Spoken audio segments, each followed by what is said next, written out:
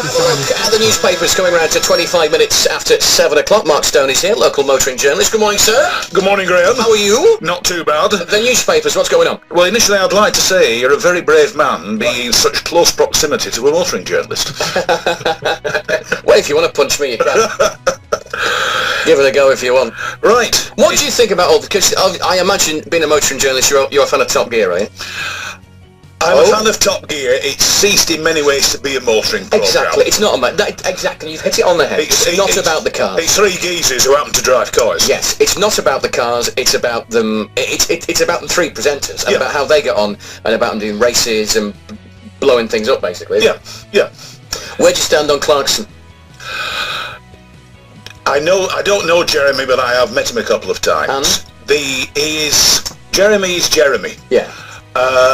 All the allegations are literally that. Right. But the guy's the sort of guy, he's probably like me, he's a similar age to me. Right. We tend to court controversy for the simple reason we come from an era when being PC wasn't quite as important as it is now.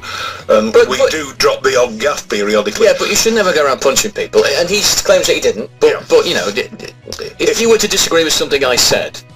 I wouldn't belt you one. Well, good. I'm happy. And if he has hit the person, if the allegations are correct, then like any other industry or business, you're down the road straight away. And it was all about a steak, apparently. Yes. Yes. Anyway, what else? My wife's now getting quite alarmed when she decides what sort of meat she's going to sell.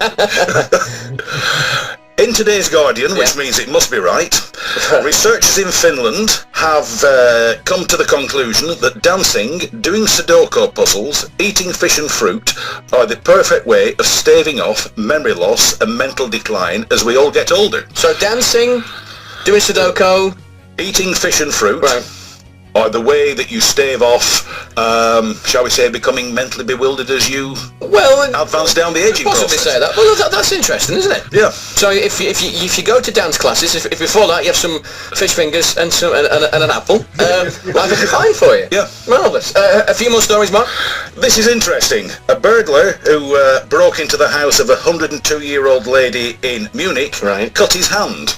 So instead of calling the police, said old lady patched him up and put a band-aid on for him. Seriously? Yes, seriously. What a lovely lady. Did he then get arrested? It doesn't actually say what happened to him after that. I dare say she packed him on his way with a warm drink and a bar of chocolate or something. Well, she's lovely. And she's obviously in fine condition at 102. Yeah. A few more. Right. Down in sunny Suffolk, County Councillor Mr. Riley has decided that he's going to up sticks and go and live in North Carolina. Why? But he's not going to bother resigning from the council. He's decided he can carry out his council duties by email, Twitter and a variety of other computer-based communication systems. So hang on, he's still going to be a local councillor in Suffolk but live in the States? Yeah. So how can he be an effective local councillor if he lives in America? Well, he claims that email will more than suffice. Seriously? That's what a load of old rubbish.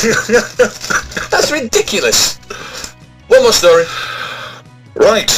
At 3 times the size of the average moggy, Ludo couldn't get any longer. At 4 foot long, he's Britain's largest cat. Look at the size. And he's only 20 months old. Wow. Apparently, but at 26 pounds and 45 inches long, he's already bigger than any other of his kind, says owner Kelsey Gill of West Yorkshire. When we bought him, he was no bigger than other kittens in the litter, but as the months went over, he took over all our older cats. He's very friendly, but some visitors are rather scared of him. It looks like a tiger. It's massive. Look at the size of that cat. Well, it actually looks like a rug. Yeah, and she's pictured it in the paper with, God knows how she's holding the damn thing up, but she's pictured with a cat over her head. Yeah. Standing over her head and stuff like that. That's huge. Yeah. It's absolutely massive, isn't it? Absolutely massive. Mark, thank you for now. We will bring you... Mark will be back with the very latest news. Very latest news from the papers in about 20 minutes' time. Just to tell you that the Minister of Defence for you today. And Mark, will you tell at least one person about the breakfast show today? I am in the fortunate position of being able to tell thousands of people about the breakfast show. Just tell them. Just tell them. It's a marvellous old gust event. Thank you. Every morning from 6. Every weekday morning from 6. They don't make me do the weekends. I need to sleep. But I'm with you every weekday morning between 6 and 9. All the latest news, sport, travel information, tons of it, and stuff like this, like the papers. And we have a bit of a giggle. And Mark Stone, local motoring journalist, has been looking at the papers. What's been going on? This one is fascinating. Right. It's in the mail. Just for once, France doesn't surrender. Oh. President Hollande has vetoed the new euro coin celebrating the Battle of Waterloo. Oh, right, okay. He's not altogether chuffed about the fact that it rather depicts that dear old Napoleon lost. Well, you can't change history. No. So what does he want? He doesn't want it to happen at all. Oh, okay. So that's it. We're not at Waterloo from now on, according to President Hollande. That's it. It didn't happen. No, we're not having anything to do with all this. All right, fair enough. Fair enough. Another one. D. White. From Benefit Street has taken up a new profession. She's reciting Shakespeare plays. Right. Various plays that have been suggested are Julius Caesar, The Merry Single Mums of Windsor, and Much Ado About Doing Nothing. Tickets for her Birmingham show are selling out like hotcakes. Seriously? Yes, seriously. Why would someone want to go and watch that? Seriously, why? Anyway, go on. A fine young chap called Bobby Frankham has fitted a motor and a parachute to his Reliant Rialto, right, and he's now using it as a microlight. Apparently at 30 miles an hour over the private airfield, knowing what I do about them, it's probably the quickest and the quietest the car has ever gone in its life. You never see those on the roads anymore, do you? No, every now and then you see somebody brave enough to drive one, because they aren't the most stable thing on three wheels. Yeah, because the only person you see driving them is when they show repeats of Only Fools and Horses. Yeah. Because they didn't look very steady. They looked like they could topple over. Yeah. I've not seen a Reliant Robin on the road for ages. Yeah. If you've seen one, if you drive one, call me this morning. 01254 583 583. When was the last time you saw so there's the Robin and there's the Robin, Rialto? the Rialto, and of course the ultimate sport one was the Bond Bug. If you've seen one, call us, because I've not seen one on the roads for ages. Ages and ages and ages. If you've got one. If you've got one, and if you still drive it, I'd love to have a go in it.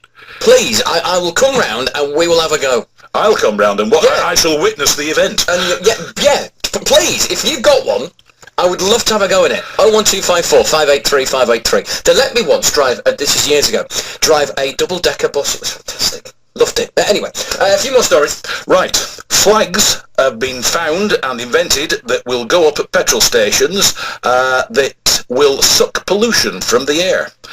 They're made from a material which works like a catalytic converter in removing harmful nitrogen oxide. Each can purify the equivalent of 20 cars worth a day. The system created by scientists in Sheffield is already being used on a banner in the city bearing the poem In Praise of Air by Simon Armitage. Well, it's kind of, it's probably not going to get a lot of pollution, but, I suppose every little bit helps, so they say. One more story.